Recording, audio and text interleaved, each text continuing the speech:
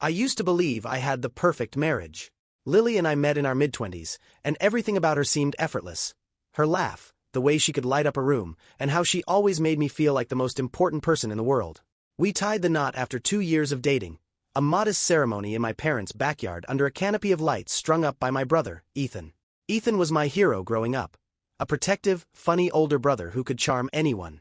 Even when life threw its worst at him, like his battle with cancer, he never let it dampen his spirit. After the diagnosis, our family rallied around him, with Lily stepping in as a source of strength.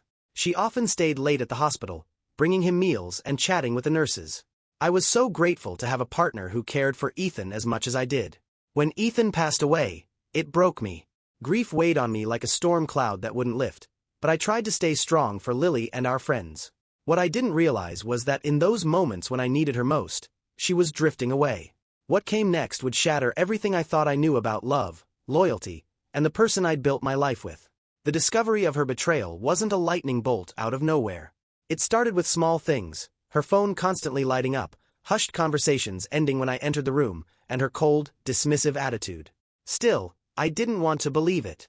I blamed it on my grief, telling myself I was imagining things because I wasn't myself. But when the truth came out, it wasn't something I could unsee. It started with little things, things that seemed easy to brush off.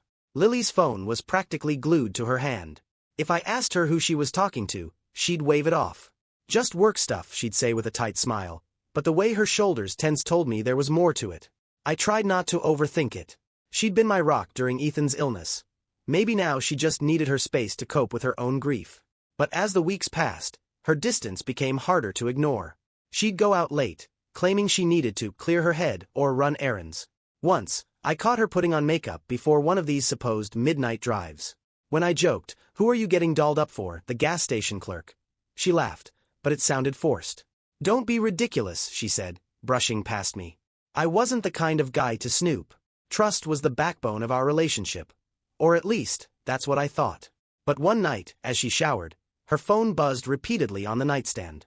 I couldn't help but glance at the screen. A name I didn't recognize flashed across it. Mark.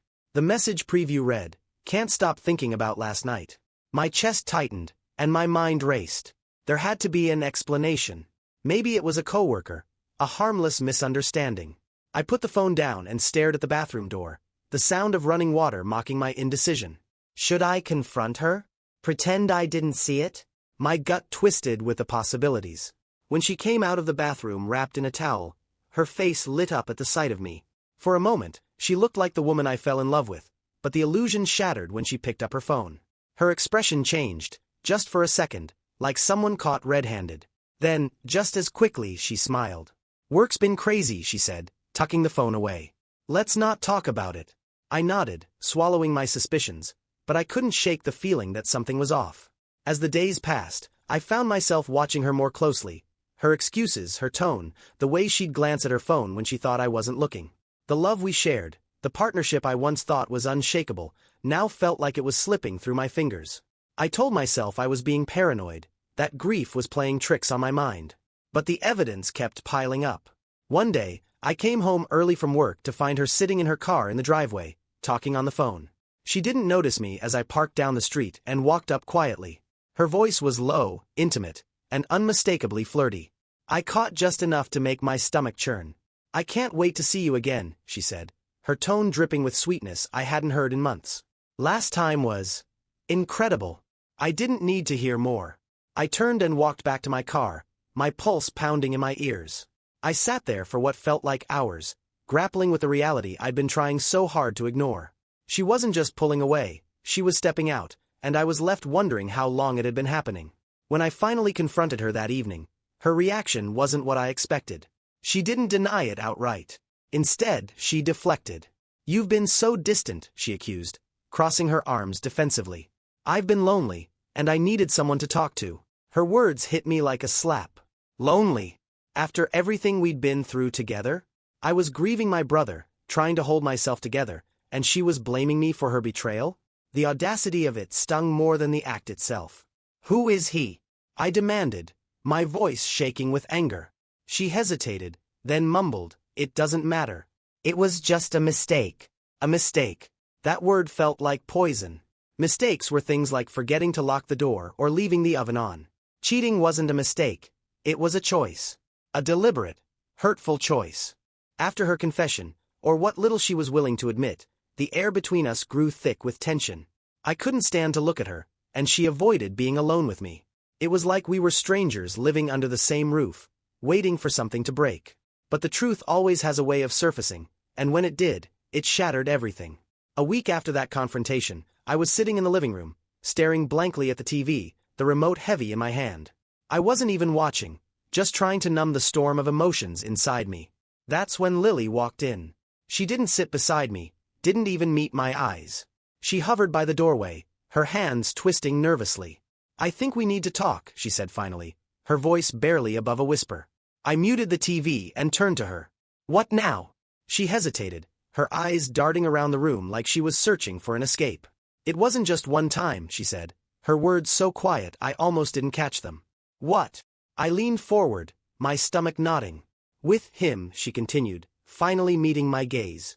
Her eyes were wet, but there was no remorse, just a flicker of self-pity. "It wasn't just once." I felt like the air had been knocked out of me. My throat tightened, and I struggled to form words. "How long?" I asked, my voice barely holding steady.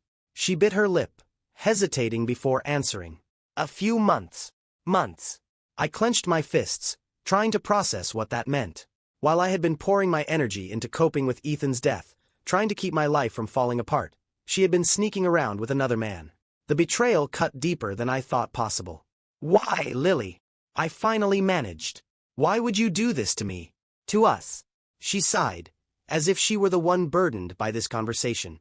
"I felt neglected," she said. "You've been so consumed with Ethan's death and everything else. I was lonely, and Mark made me feel wanted. Neglected." I repeated, my voice rising. "My brother was dying, Lily. I was grieving. And instead of being there for me, you found someone else to make you feel wanted?" "You don't understand," she snapped, her tears quickly giving way to anger. "I tried to be there for you, but you shut me out. You made me feel invisible." I stood up, unable to sit still any longer. "So, your solution was to sleep with someone else? That's how you fix feeling invisible?" She flinched at my tone but didn't back down. "I made a mistake, okay? I'm sorry. But you weren't exactly the perfect husband either." Her deflection only fueled my anger. "Don't you dare try to blame this on me," I said, my voice shaking. "I was dealing with losing my brother. You were supposed to be my partner, my support. Instead, you chose to betray me." The argument spiraled from there, each word cutting deeper. She kept trying to justify her actions, painting herself as the victim of a lonely marriage, while I couldn't believe the woman I'd loved for so long could be this selfish. By the end of it, we were both drained, standing on opposite sides of the room, staring at each other like adversaries. "I think we need some space," she said finally, her voice cold. "Space?" I laughed bitterly. "You've already had plenty of space with Mark." Her face twisted in anger, but she didn't respond. Instead, she stormed out of the room, slamming the door behind her. I stood there, feeling hollow, as the weight of everything settled on my chest. This wasn't just a rough patch, it was the end of something I thought was unbreakable. The days after our argument were suffocating. We didn't speak unless absolutely necessary, and even then, the words were clipped, cold. I started sleeping on the couch, though I barely got any rest. The house felt like a war zone, and the silence between us was heavier than any shouting match. One night, I caught myself scrolling through old photos on my phone. There we were, laughing at some inside joke, her arms wrapped around me like I was her whole world. It was hard to reconcile that version of Lily with the one who had stood in front of me, unapologetically admitting to months of betrayal. The ache in my chest felt unbearable, but I knew I couldn't live in denial anymore. I needed answers, clarity, something to make sense of how we had ended up here. So, against my better judgment, I did something I never thought I'd do. I called Mark. His number was still in Lily's phone, saved under a fake name, but I recognized it from the messages I'd seen. When he answered, his voice was smug, almost casual. "Hello. It's me," I said, my voice steady despite the rage bubbling beneath the surface. "Lily's husband." There was a pause, followed by a sharp intake of breath. "Oh. Look, man, I don't think we need to." "We do," I interrupted. "You're going to tell me exactly what happened, and you're going to do it now." He hesitated, but I wasn't about to back down. Fine, he said finally. If you're asking, then I guess she didn't tell you everything. My stomach churned. Just talk. He sighed, and the words came tumbling out. It started at one of those work conferences. We hit it off. Nothing serious at first, just drinks, a little flirting. But she came to me. Said things between you two were strained, that she needed someone to lean on. I gripped the phone tighter, my knuckles turning white. And you thought that meant you could just swoop in? I didn't force her to do anything, he said defensively. She wanted this.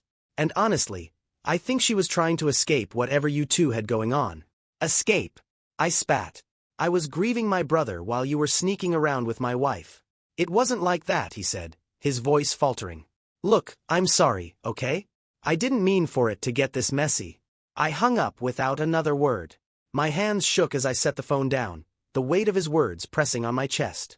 He didn't mean for it to get messy? That was his excuse? Like their affair was some harmless game that just spiraled out of control? Lily found me sitting in the dark living room later that night. She must have noticed the look on my face because she froze in the doorway. What's wrong? She asked cautiously. I talked to him, I said bluntly, not bothering to hide my disgust. Her eyes widened, and her hand flew to her mouth. You, what did he say? Enough, I snapped, standing up. Enough to know that you weren't some innocent victim in this. You lied to me, to yourself, to everyone. I didn't lie, she started, but I cut her off. You lied every single time you looked me in the eye and pretended nothing was wrong. Every time you kissed me, slept next to me, made me believe we were okay. You lied. Tears welled in her eyes, but I didn't care. I was done being manipulated by her sadness, her excuses. Do you even realize what you've done? You didn't just break our marriage. You broke me. She tried to step closer, reaching out for me, but I held up a hand to stop her. Don't. Just don't. For the first time, I saw something crack in her facade. Her lip trembled, and she sank into a chair, her face buried in her hands. But I didn't feel sorry for her.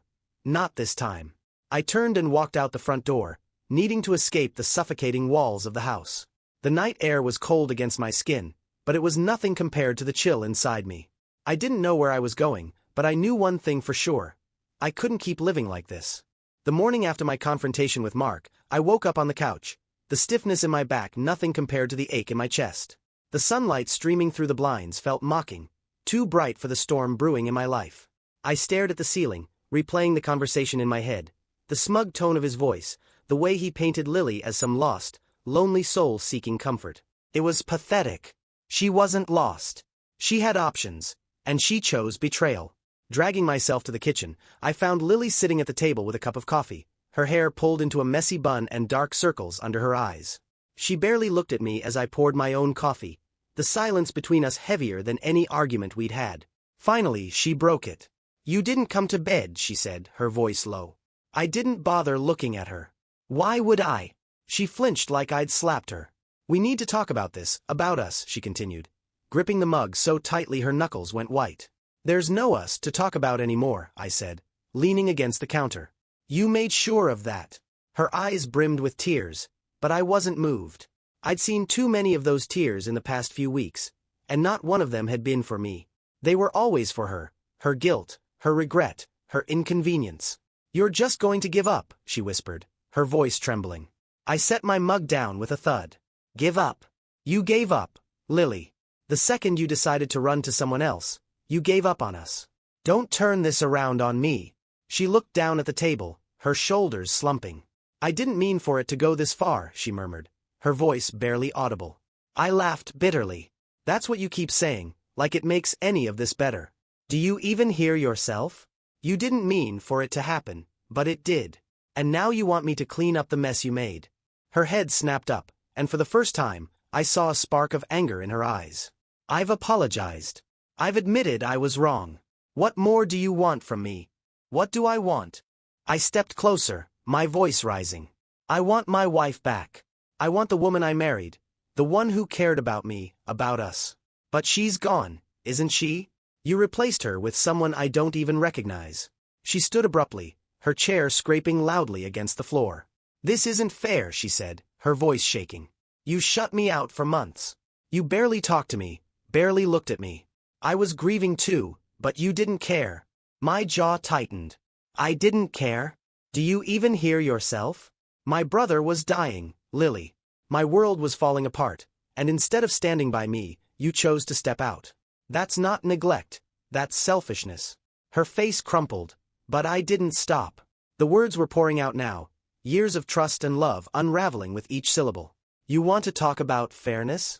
Fairness is coming home to someone who loves you, who supports you, not someone who lies to your face and sneaks around behind your back.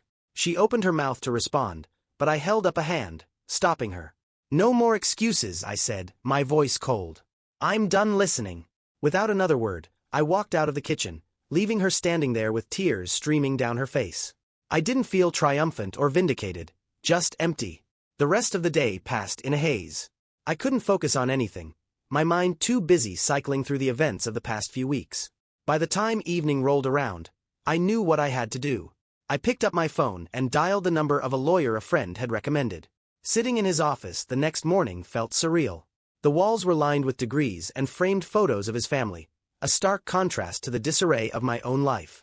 As I explained the situation, he listened carefully, jotting down notes and asking pointed questions. Do you have a place to stay? He asked, looking up from his notepad. I hesitated. I can crash with a friend for now. He nodded. Good. It's better if you're not under the same roof while we sort this out. When I got back home, Lily was sitting in the living room, scrolling aimlessly on her phone. She looked up as I walked in, her eyes narrowing. Where were you? Meeting with a lawyer, I said bluntly, dropping my keys on the counter. Her face paled, and for a moment, she looked genuinely afraid. A lawyer? Are you serious? You're not even going to try to fix this. I scoffed, shaking my head. Fix this? Lily, you didn't just break our marriage. You torched it. There's nothing left to fix. I said I was sorry, she cried, standing up so quickly her phone fell to the floor. How many times do I have to say it? I made a mistake, but I still love you. I still want us. Her desperation might have moved me once, but now it just felt hollow. Love doesn't look like this, I said quietly. It doesn't look like betrayal and lies. It doesn't look like sneaking off with another man while your husband is grieving. Her expression hardened, anger flashing across her face. You think you're so perfect, don't you? She spat. Like you've never made mistakes in this marriage. I stared at her, incredulous. Mistakes? I wasn't the one sneaking around, lying to my spouse. Don't you dare try to pin this on me. She stormed past me, muttering something under her breath, and slammed the bedroom door behind her. I stood there for a long time, the weight of it all pressing down on me. This wasn't just a rough patch, it was the end of something I once thought was unbreakable. The next morning, I packed a bag. Lily hovered in the hallway, watching me with wide, anxious eyes. You're really leaving? She asked, her voice trembling. I can't stay here, I said without looking at her. Not after everything. Please, she whispered. Don't do this. But I just shook my head, slung the bag over my shoulder, and walked out the door. For the first time in weeks, the weight on my chest felt a little lighter. The first few days after I left were eerily quiet. I stayed with my old college friend, Nate, who didn't ask many questions, for which I was grateful. He just handed me a beer, offered me the spare room, and let me exist in my own silence. But the stillness didn't last long. Lily started calling, at first sporadically, then relentlessly. I ignored the first few calls, but she left voicemails that swung wildly between anger, sadness, and desperation. One night, after a particularly long day at work, I sat on Nate's couch, staring at my phone as her name lit up the screen for the third time that hour. Sighing, I answered. Finally, she said, her voice shaky with relief. You've been ignoring me. Maybe because there's nothing left to say, I replied flatly. There's plenty to say, she snapped, then quickly softened her tone. I've been thinking, and I know we can fix this. I'll do whatever it takes. Therapy, counseling, whatever you want. I rubbed my temple, exhaustion washing over me. Lily, I don't think you understand. There's no coming back from this. You broke us. Her voice cracked. You're really just going to throw everything away? Our marriage, our life together. I almost laughed at the audacity of her question. You threw it away the moment you decided to run to someone else. I'm just picking up the pieces. She was quiet for a moment, and for a brief second, I thought she'd finally accept it. But then she said, You're just giving up because it's easier than facing your own faults. That hit a nerve. You don't get to twist this around, Lily, I said, my voice low and firm. I've spent weeks trying to process how the woman I loved could betray me, And you still can't own up to what you did without trying to drag me down with you. I'm not trying to. You are, I interrupted. And it's not going to work. I've made up my mind. I'll send over the paperwork when it's ready. The silence on the other end of the line was deafening. Finally, she whispered, "You don't mean that." But I did. "Goodbye, Lily," I said, hanging up before she could respond. Her attempts didn't stop there. Over the next week, she showed up at Nate's house twice. The first time, I wasn't home, but Nate later told me she had stood on his porch, crying and begging to see me. The second time, I was there. I was watching a late-night movie with Nate when there was a knock at the door. Nate glanced at me, his expression wary, and I nodded for him to open it. Sure enough, there she was, her makeup smudged, her hair a mess, and a wild desperation in her eyes. "Please," she said, her voice breaking. "I just need to talk to him." Nate hesitated but stepped aside, and she rushed in before I could object. She stood in the middle of the living room, looking between me and Nate. "Can we talk alone?" she asked. I glanced at Nate, who gave me a reluctant look before leaving the room. Once he was gone, Lily turned to me, her hands clasped together as if in prayer. "Why are you doing this to us?" she asked, her voice trembling. "I made a mistake, but we can get through this." "I know we can." I stared at her, the anger I thought had faded suddenly flaring up again. "Why am I doing this?" I repeated. "You did this, Lily. You made your choice, and now you're dealing with the consequences." She stepped closer, tears streaming down her face. "I love you," she said, reaching out to touch my arm. I stepped back, shaking my head. "You don't get to say that anymore. Not after what you did." Her face crumpled, and she dropped her hands to her sides. "I was stupid, okay? I let things get out of hand, but it didn't mean anything. It was just a distraction." "A distraction?" I said, my voice rising. "Is that what I was to you? Something to escape from?" "No," she cried. "You were everything to me. You still are." Her words might have meant something once, but now they felt empty. "I can't do this," I said, moving toward the door. "You need to leave. Please," she begged, grabbing my arm. "I can't lose you. Not like this." I pried her hand off me gently but firmly. "You already lost me, Lily. The moment you betrayed me, you lost me." She stared at me, her face a mix of despair and disbelief. Finally, she nodded, tears spilling down her cheeks. "I'll go," she said quietly. "But please, think about what you're doing." As she walked out the door, I felt a strange mix of relief and sadness. Relief that she was finally gone, but sadness that it had come to this. I sank back onto the couch, Nate returning a moment later with 2 beers. "She's persistent," he said, handing me one. "Yeah," I replied, taking a long sip. "But it's over."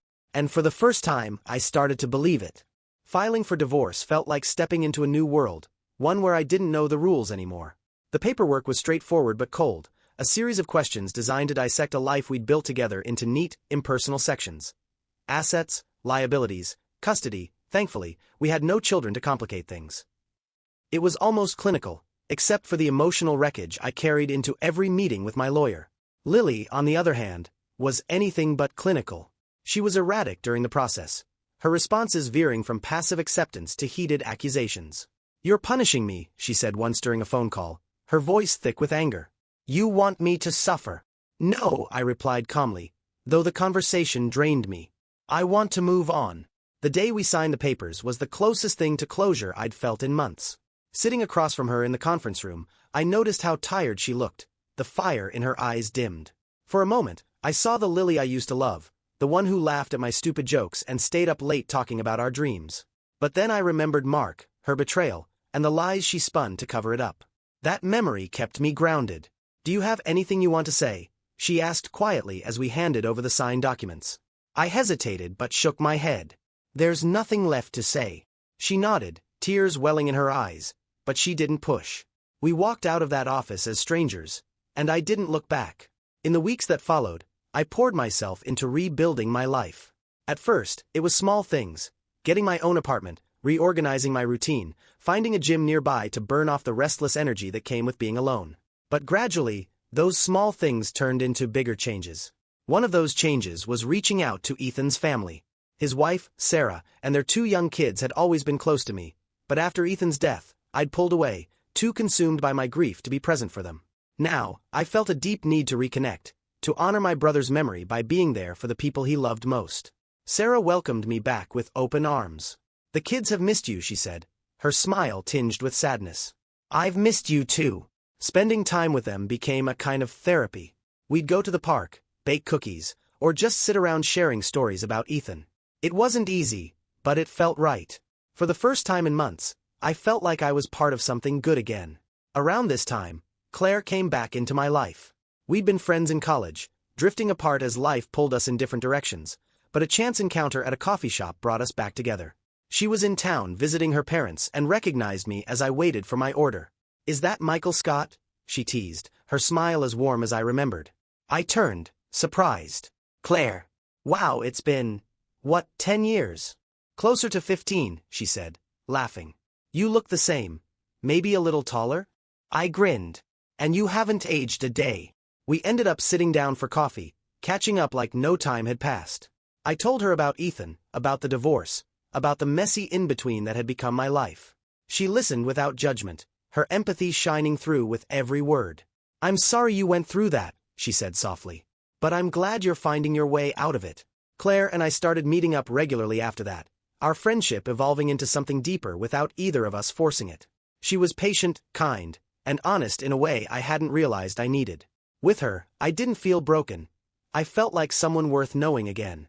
One night, as I sat on my balcony overlooking the city, I thought about how much had changed.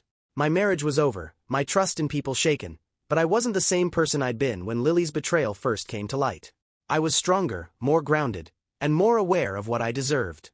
Ethan's death had taught me the value of time, and I wasn't going to waste mine chasing after things, or people, that didn't value me in return. Looking out at the skyline, I felt something I hadn't felt in a long time: hope. Reconnecting with Ethan's family wasn't just healing, it felt like coming home. Sarah had been doing an incredible job raising Max and Ella on her own, but there were small cracks I hadn't noticed before. She was exhausted in ways she didn't let on, and her laugh, once so full of life, now carried a faint weariness. I started showing up more regularly, usually on weekends. Sometimes I'd bring groceries or cook dinner, and other times, I'd just play with the kids so Sarah could have a moment to breathe. It wasn't a grand gesture, but it felt right.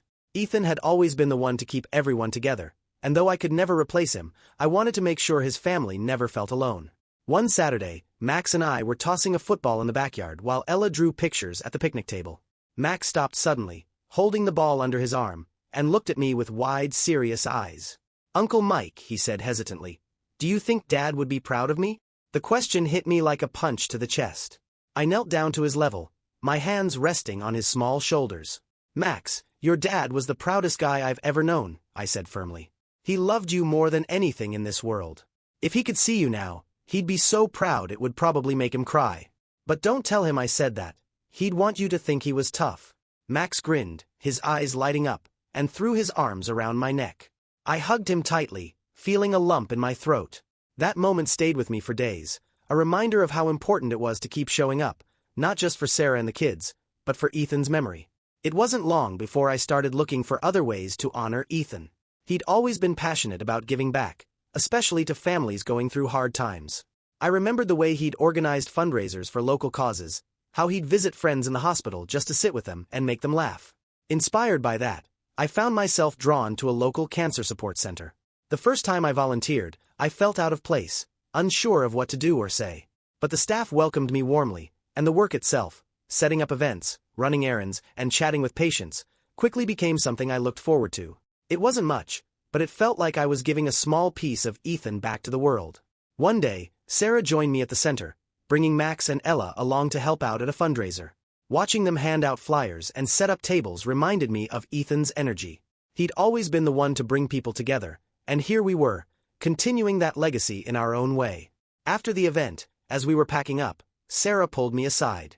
"You've been amazing, you know that," she said, her voice thick with emotion. "I don't think I could have gotten through this without you. Ethan would be so proud of you." Her words caught me off guard, and I had to blink quickly to keep from tearing up. "I'm just trying to do what he'd do," I said softly. "He was always the best of us."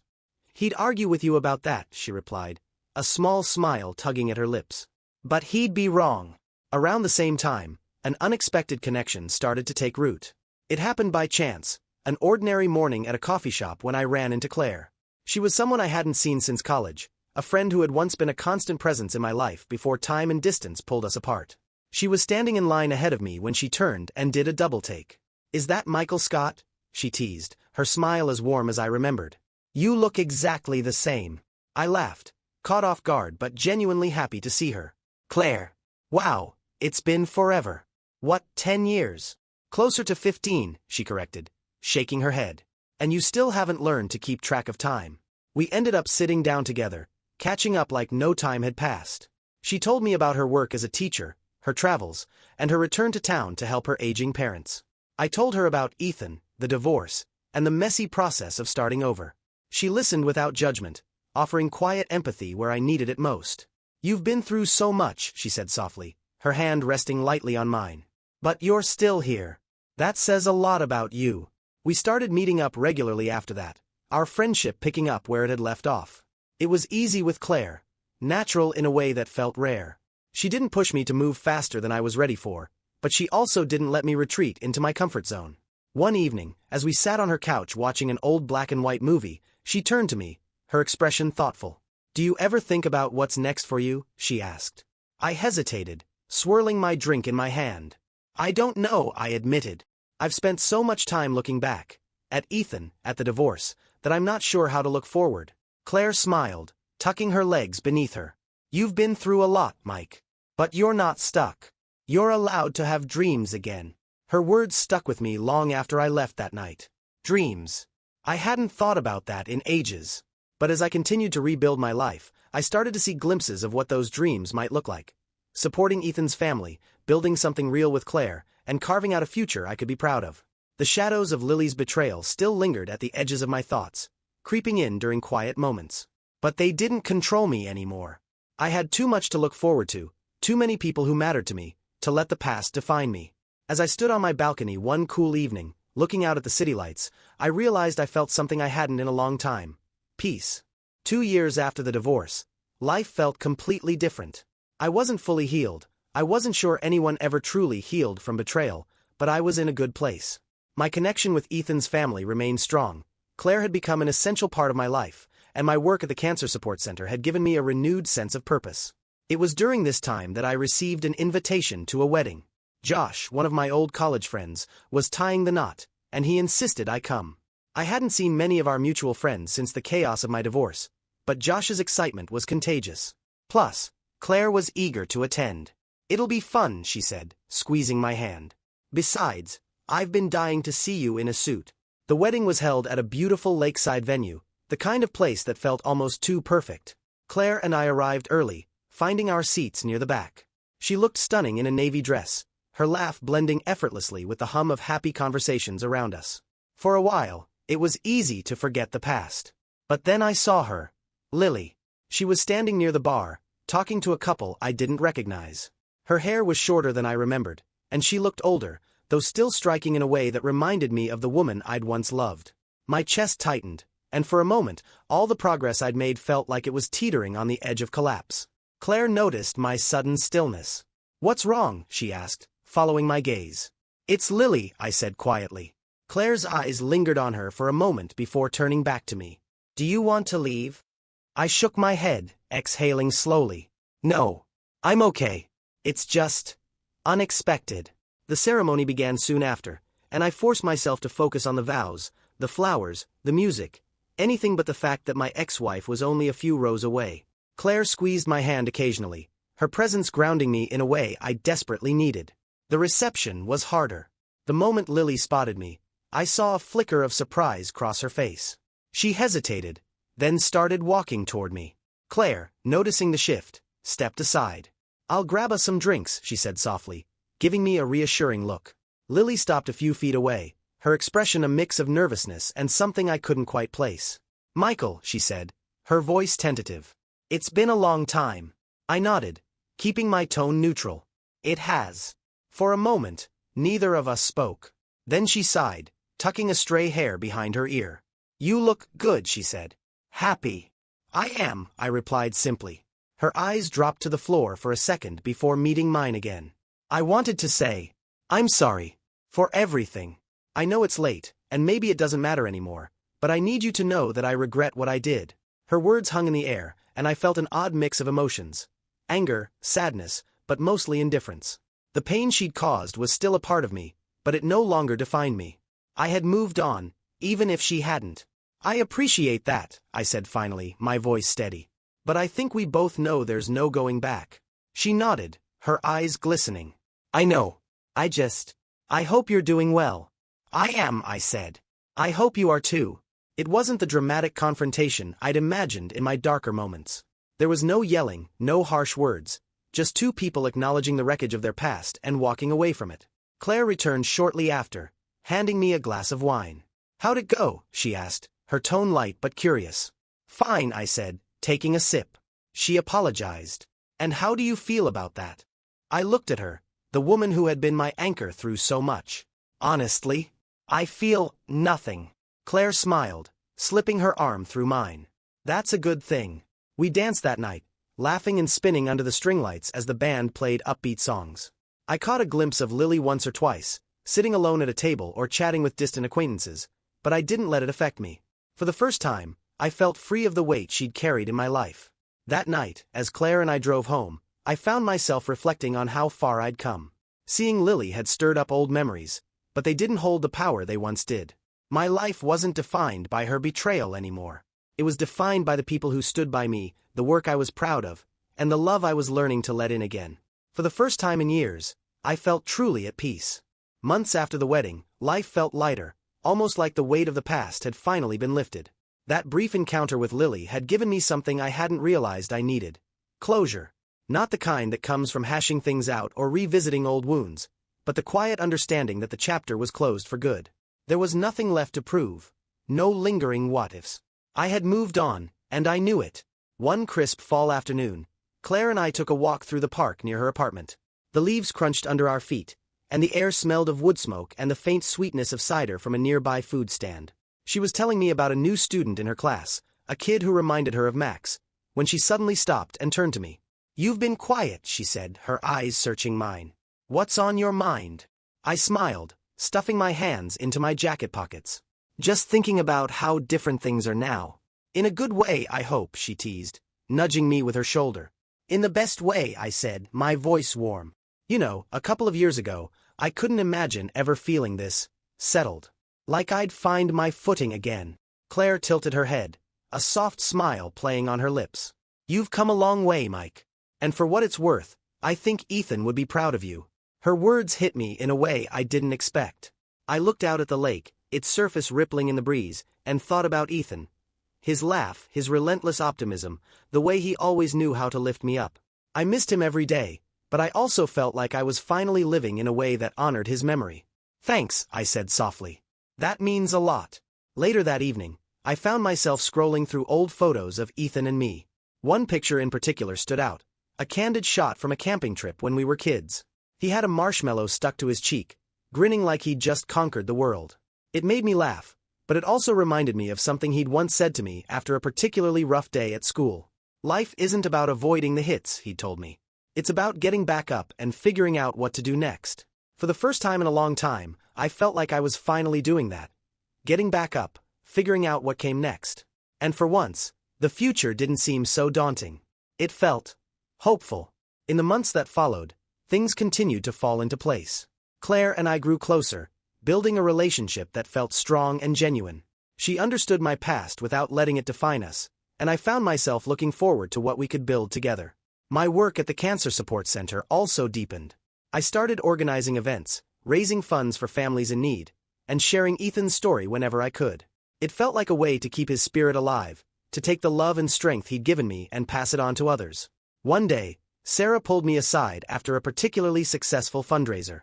"You know," she said, her voice thick with emotion, "you've done more for us, for everyone here, than you realize. Ethan would be so proud of you."